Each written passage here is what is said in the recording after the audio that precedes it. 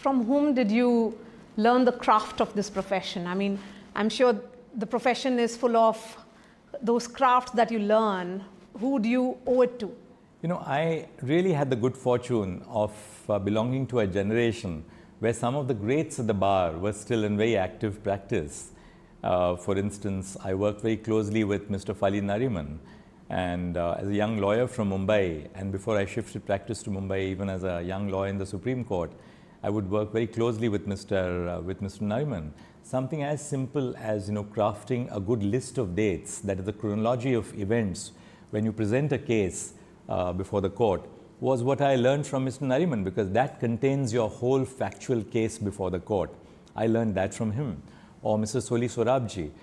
Soli had the art and craft of being extraordinarily brief in his conferences and in his submissions before the court as well. I worked on very seminal constitutional issues with Mr. Soli Sorabji. Mr. K. Parasaran, when work was done in the Supreme Court in the afternoon, we'd go to the Constitution bench, which was the Chief Justice's court, when the court was relatively empty in those days. And I would watch Mr. Parasaran unfolding the Constitution with nothing else but the bare text of the Constitution in his mind, in his hand. And, it was sheer brilliance, because Parasaran never relied on authorities and past precedents to start with. He looked at the Constitution in terms of its bare text. And it was truly a learning experience to watch these greats at the bar. Mr. K.K. Venugopal, the former Attorney General for India. Venu was extraordinarily brilliant both in constitutional and commercial cases. And these were people from whom you learned a great deal at the bar.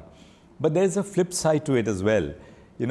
Much of the learning process at the bar and on the bench as well is about learning from your peers, because you learn on what you should do and you also learn about what you shouldn't do. Because, the bar consists of a motley group of persons. The bar doesn't have, it's a bar which is so diverse.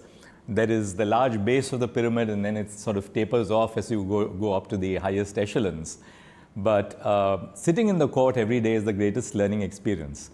Because, in the dialogue between the judges and the lawyers, you realize what really makes judges tick. What is it that a good judge is asking for in a case? What is it that they are trying to fathom to arrive at the truth?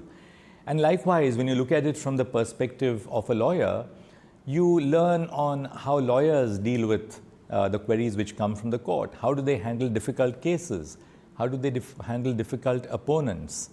So, the law in action in that sense is very different from the law as it is taught in law schools, because it's all about a human drama which is unfolding in the court. And since it's a human drama involving conflicting cases of parties, the people who participate in that drama, namely the judges and the lawyers, are those who really shape the outcome of jurisprudence.